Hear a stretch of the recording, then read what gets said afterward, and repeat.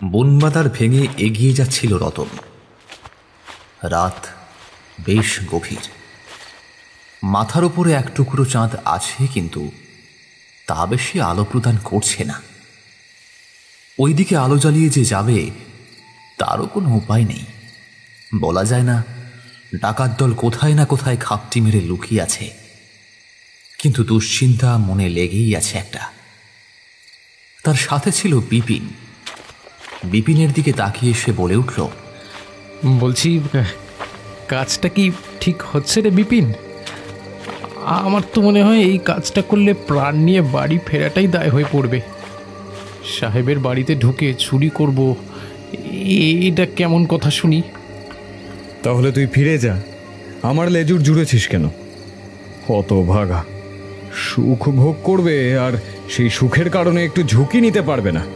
মাগনায় সব কিছু পাবি নাকি? না রে বিপিন, কথাটা সেটা নয়। কানাঘুষো শুনেছি রে, যে ওই দিকে যায় তার আর ফেরা হয় না। ওই সাহেব নাকি বড্ড রকচটা। বন্দুকের নলের সামনে একের পর এক মানুষকে এনে গুলি করে মেরেছেন। আমার তো ভয় হচ্ছে আমাদের সাথে যদি তেমন কিছু হয় তাহলে। ধুর বোকা, কথাগুলো সত্যি বলেছিস, কিন্তু তখন তো সাহেব বেঁচে ছিলেন। কিন্তু এখন কি সে বেঁচে আছে নাকি? গত সপ্তাহে ঘোড়ার গাড়ি করে ফিরছিলেন। আকাশ ভেঙে সেই দিন কেমন বৃষ্টি নেমেছিল আশা করি বলতে হবে না।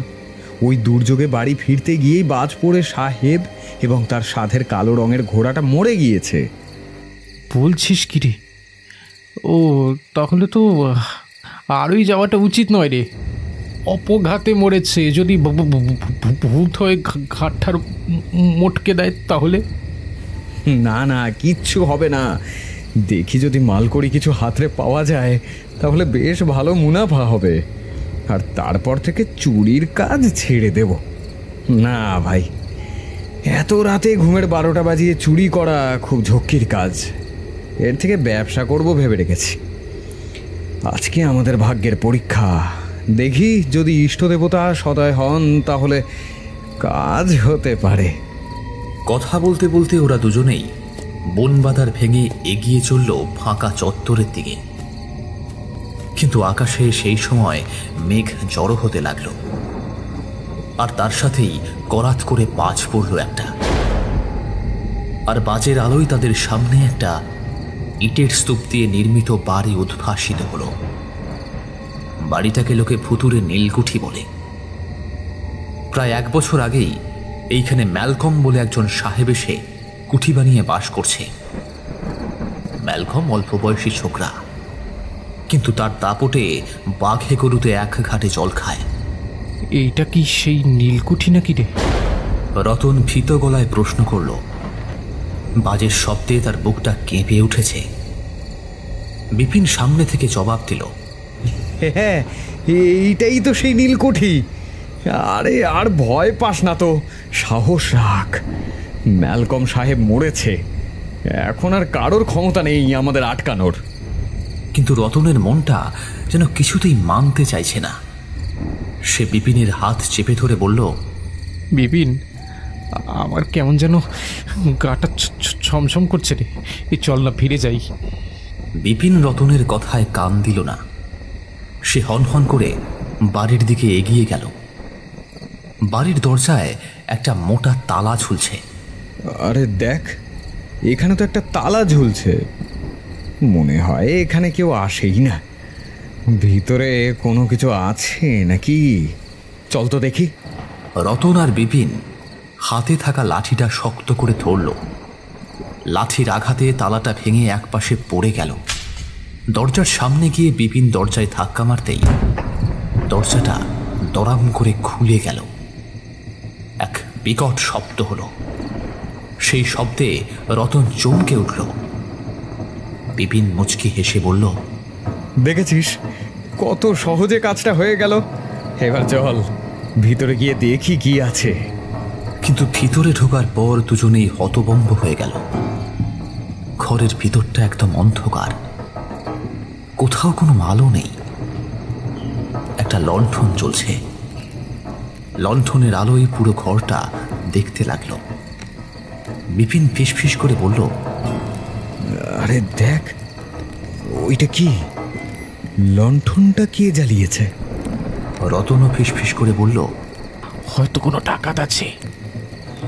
আরে বাবা, এখানে কোনো ডাকাত নেই, এটা ভূতের কুঠি। চল চল চল, আর দেরি না করে কিছু একটা চুরি করেই পালাই। রতন আর বিপিন ভিতরে ঢুকল। ঘরের মেঝেতে একটা লাল রঙের কার্পেট বিছানো আছে। ঘরের চারপাশে কিছু সুন্দর সুন্দর মূর্তি রাখা আছে। বিপিন, এইটা দেখ, কত সুন্দর একটা মূর্তি। এটা কি? রতন অবাক হয়ে প্রশ্ন করল। বিপিন মূর্তির দিকে তাকিয়ে বলল, এইটা একটা দেবীর মূর্তি। আমার মনে হয় এটা খুব দামি হবে। এইটা আমরা নিয়ে চলে যাব। চল চল, ওটা নিয়েই বেরোই। কিন্তু যেই তারা মূর্তিটাকে ধরতে যাবে, তখন একটা ঠান্ডা বাতাস তাদের গায়ে এসে লাগলো। ঘরের ভিতরটা হিমশীতল হয়ে গেল। লণ্ঠনের আলোটা দপ করে নিভে গেল। চারপাশে শুধু অন্ধকার। বিপিন, লণ্ঠনটা নিভে গেল কেন? রতন ভয়ে কাঁপতে কাঁপতে প্রশ্ন করল। বিপিন লণ্ঠনটা হাতে নিয়ে বলল, আরে কোনো সমস্যা নেই, আমি আবার জ্বালিয়ে দিচ্ছি। কিন্তু বিপিন অনেক চেষ্টা করেও লণ্ঠনটা জ্বালাতে পারল না। দরজার একটা অংশ খোলাই ছিল। সেই দিক থেকে ওরা কোনো ক্রমে হাতড়ে হাতড়ে বেরিয়ে এলো। আর বিরাট উঠোনের সামনে তাকাতেই একটা বিকট শব্দে একটা কালো রঙের ঘোড়া এসে সেই জায়গায় ঢুকে পড়ল। ঘোড়াটার পিঠে একটা সাদা রঙের কঙ্কাল বসা। কঙ্কালটা তাদের দিকে তাকিয়ে হাসছে। সেই হাসিটা এতটাই ভয়ঙ্কর যে তাদের বুকটা কেঁপে উঠল। আরে এ কি? এই তো সেই সাহেবের ঘোড়া। আর এটা কে? হ্যাঁ, এটা কে? রতন ভয়ে চিৎকার করে উঠল। বিপিনও ভয়ে থরথর করে কাঁপছে। তার মুখ থেকে কোনো কথা বেরোচ্ছে না। কঙ্কালটা ঘোড়ার পিঠ থেকে নেমে তার দিকে এগিয়ে এলো। তার হাতে একটা বন্দুক। সে তাদের দিকে বন্দুকটা তাক করে বলল, তোরা এখানে কি করছিস? আমি তোদের মেরে ফেলবো। রতন ও বিপিন ভয়ে চোখ বন্ধ করে ফেলল। তাদের মনে হলো এবার তাদের মৃত্যু নিশ্চিত। কিন্তু তখনই তারা শুনতে পেল, তোদের আমি মেরে ফেলবো। তোরা আর কোনোদিন চুরি করতে পারবি না। রতন আর বিপিন ভয়ে চোখ বন্ধ করে দাঁড়িয়েছিল। কিন্তু কোনো গুলির শব্দ হলো না। তার হাসিটা এতটাই ভয়ঙ্কর যে রতনের পা দুটো জমে গিয়েছিল। সে আর নড়তে পারছিল না। সাহেব চেঁচিয়ে বলল,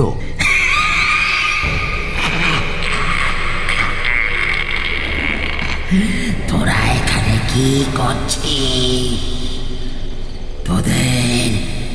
তোদের আমি মেরে ফেলবো। বিপিন হঠাৎ করে রতনের হাতটা চেপে ধরল। পালা পালা পালা রতন, পালা। ওই ওই লোকটা মানুষ নয়, ও একটা ভূত। বিপিনের কথাগুলো শুনে রতন নিজের মধ্যে একটু সাহস ফিরে পেল। সে দ্রুত বিপিনের সাথে ছুটে চলতে শুরু করল। নীলকুঠির উঠোনটা পেরিয়ে তারা বনের মধ্যে ঢুকল। ওই ওই ওই মূর্তিটা নিয়েছিস তো? হ্যাঁ। বিপিন হাঁপাতে হাঁপাতে জিজ্ঞাসা করল। রতন বলল, হ্যাঁ হ্যাঁ, নিয়েছি। এখন কি করব? হ্যাঁ, ওই সাহেব তো আমাদের পিছু নিয়েছে। আমি তো মরে যাব। বিপিনের কাছে কোনো কথা নেই। সে শুধু ছুটে চলেছে।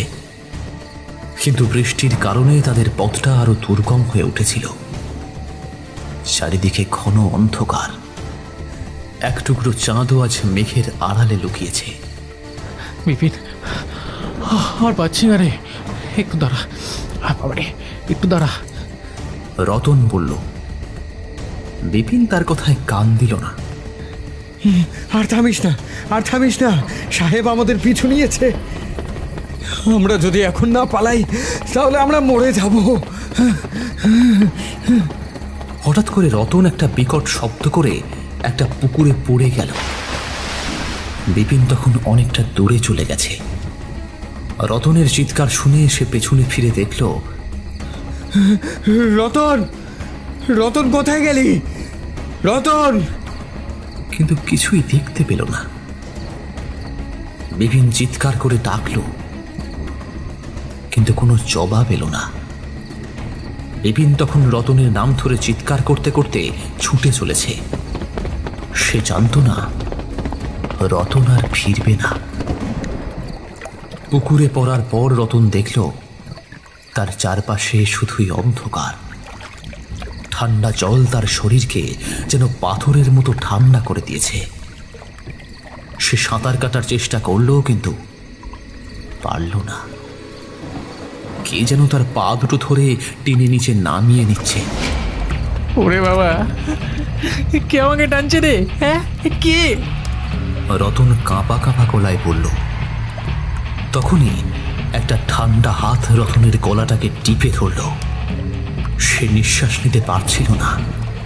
তার মনে হলো তার বুকের ভিতরটা যেন ফেটে যাচ্ছে। সে চোখ মুছে ফেলল।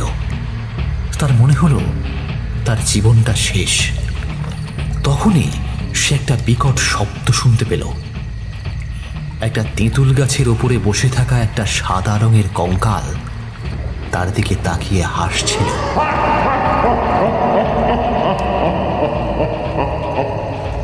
সেই হাসিটা এতটাই ভয়ঙ্কর যে রতনের বুকটা কেঁপে উঠল। সে জানত এইবার সে আর বাঁচবে না। আমি তোকে এত মেরে ফেলবো, আমি তোকে মেরে ফেলবো। তুই আর কোনোদিন চুরি করতে পারবি না।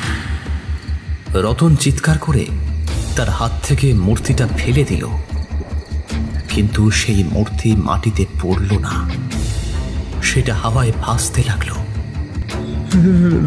রতন, রতন, তুই কি করছিস? রতন! বিপিন অনেক দূর থেকে চিৎকার করে ডাকল। বিপিনের কাছে তখন শুধু বৃষ্টির শব্দ আর গাছের পাতার আওয়াজ। সে আর রতনের কোনো চিৎকার শুনতে পেল না। সে তখন একা দিশাহীনভাবে ছুটে চলেছে। তার মনে হলো সে আজ হয়তো আর বাঁচবে না। অনেকক্ষণ পর বিপিন একটা ফাঁকা জায়গায় এলো।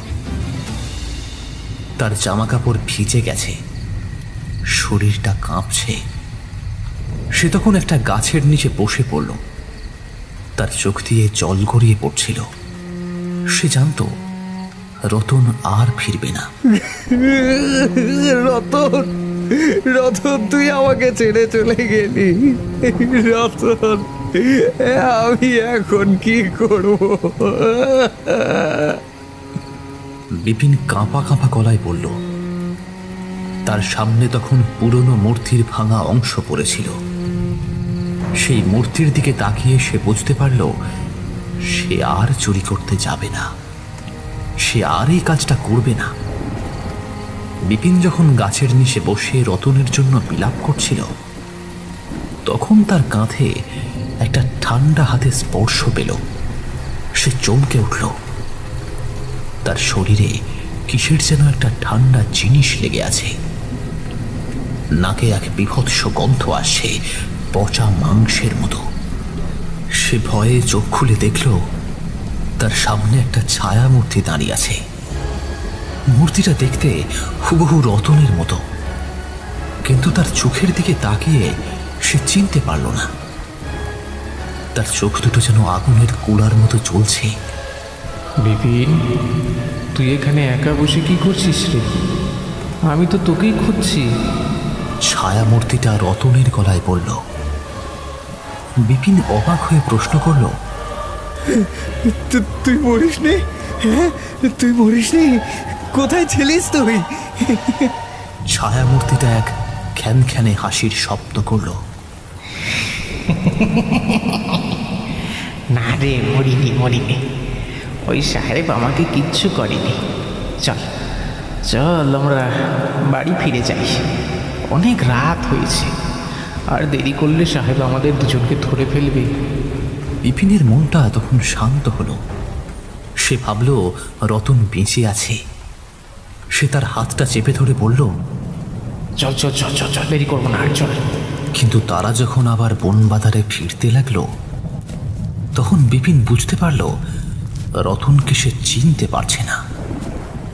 তার শরীরের গন্ধটা কেমন যেন, আর তার হাতের স্পর্শটা এত ঠান্ডা কেন। বিপিনের মনে একটা সন্দেহ জেগে উঠল। আরে রতন, তুই কি মূর্তিটা নিয়েছিস? বিপিন প্রশ্ন করল। ছায়ামূর্তিটা হাসল। হ্যাঁ, নিয়েছি। চল আমরা বাড়ি ফিরে যাই, এই জায়গাটা মোটেই নিরাপদ নয়। বিপিন চুপ করে থাকল। তার মনে হলো এই রতন আসল রতন নয়, সে অন্য কিছু। তার সন্দেহ আরো বেড়ে গেল। তারা যখন একটা পুকুরের কাছে এলো, তখন ছায়ামূর্তিটা হঠাৎ থেমে গেল। সে বিপিনের দিকে তাকিয়ে হাসল। বিপিন, তোর কি সত্যি সত্যি মনে হয় আমি সত্যি তোর বন্ধু, নাকি অন্য কিছু? বিপিন বুঝতে পারল। সে ভয়ে ভয়ে কাঁপতে কাঁপতে বলল, তুই তুই তুই কে? ছায়ামূর্তিটা আবার হাসল। আমি তোর বন্ধু রতন। কিন্তু এখন আমি আর সেই রতন নেই রে। এখন আমি হলাম এক ভয়ঙ্কর পিশাচ। বিপিন ভয়ে চিৎকার করতে লাগলো, কিন্তু তার চিৎকার কেউ শুনতে পেল না। সে দ্রুত সেখান থেকে পালানোর চেষ্টা করল, কিন্তু ছায়ামূর্তিটা তাকে ধরে ফেলল। পালাতে পারবি না রে বিপিন, তুই আমার সঙ্গে চল, ছায়ামূর্তিটা বলল। বিপিন তার হাত থেকে নিজেকে ছাড়ানোর চেষ্টা করল, কিন্তু ছায়ামূর্তিটার শক্তি এতটাই বেশি ছিল যে সে পারল না। আমি তোকে মেরে ফেলবো বিপিন, তোকে মেরে ফেলবো, তোকে আমি শেষ করে ফেলবো। বিপিন ভয়ে চোখ বন্ধ করে ফেলল। সে চিৎকার করে বলল, আমাকে ছেড়ে দে, আমাকে ছেড়ে দে। কিন্তু ছায়ামূর্তিটা তার কথায় কোনো কান দিল না। সে তাকে টেনে নিয়ে পুকুরের দিকে চলল। বিপিন বুঝতে পারল রতনকে যে মেরে ফেলেছে সে তাকেও মারতে চলেছে। পুকুরের ধারে নিয়ে গিয়ে ছায়ামূর্তিটা বিপিনকে ধাক্কা দিয়ে জলে ফেলে দিল। বিপিন সাঁতার কাটতে পারছিল না। তার মনে হলো তার বুকের ভেতরটা যেন ফেটে যাচ্ছে। সে শ্বাস নিতে পারছিল না। তখনই সে একটা বিকট শব্দ শুনতে পেল। একটা তেঁতুল গাছের ওপরে বসে থাকা একটা সাদা রঙের কঙ্কাল হাসছিল। সেই হাসিটা এতই ভয়ঙ্কর যে বিপিনের বুকটা কেঁপে উঠল। সে জানত সে আর বাঁচবে না। তোকে আমি মেরে ফেলবো, তুই আর কোনোদিন চুরি করতে পারবি না। বিপিন জল থেকে হাত বাড়িয়ে নিজেকে বাঁচানোর চেষ্টা করল, কিন্তু কোনো লাভ হলো না। সে বুঝতে পারল তার জীবনটা এখানেই শেষ। তার চোখের সামনে তখন তার গ্রামের ছবিটা ভেসে উঠল। সে দেখল তার ঘর, তার পরিবারের অস্পষ্ট ছবি। তার মনের মধ্যে একটা প্রশ্ন জাগল, কেন কেন এমন হলো? ঠিক তখনই তার গলা টিপে ধরে সেই কঙ্কালটা বলল, তোরা তোরা লোভী ছিলি, তোদের পাপের ফল তোদের ভোগ করতে হবে। বিপিন আর কোনো শব্দ করতে পারল না। তার শরীরটা ঠান্ডা হয়ে গেল। সে ধীরে ধীরে জলের গভীরে তলিয়ে গেল। তারপর থেকে কেউ রতন আর বিপিনকে দেখতে পায়নি। তাদের গ্রামের মানুষরা মনে করত তারা হয়তো ডাকাত দলের হাতে পড়েছে, কিন্তু তারা জানত না তাদের মৃত্যু হয়েছিল সেই নীলকুঠিতে। আর সেই নীলকুঠিতে আজও কেউ সাহস করে যেতে পারে না।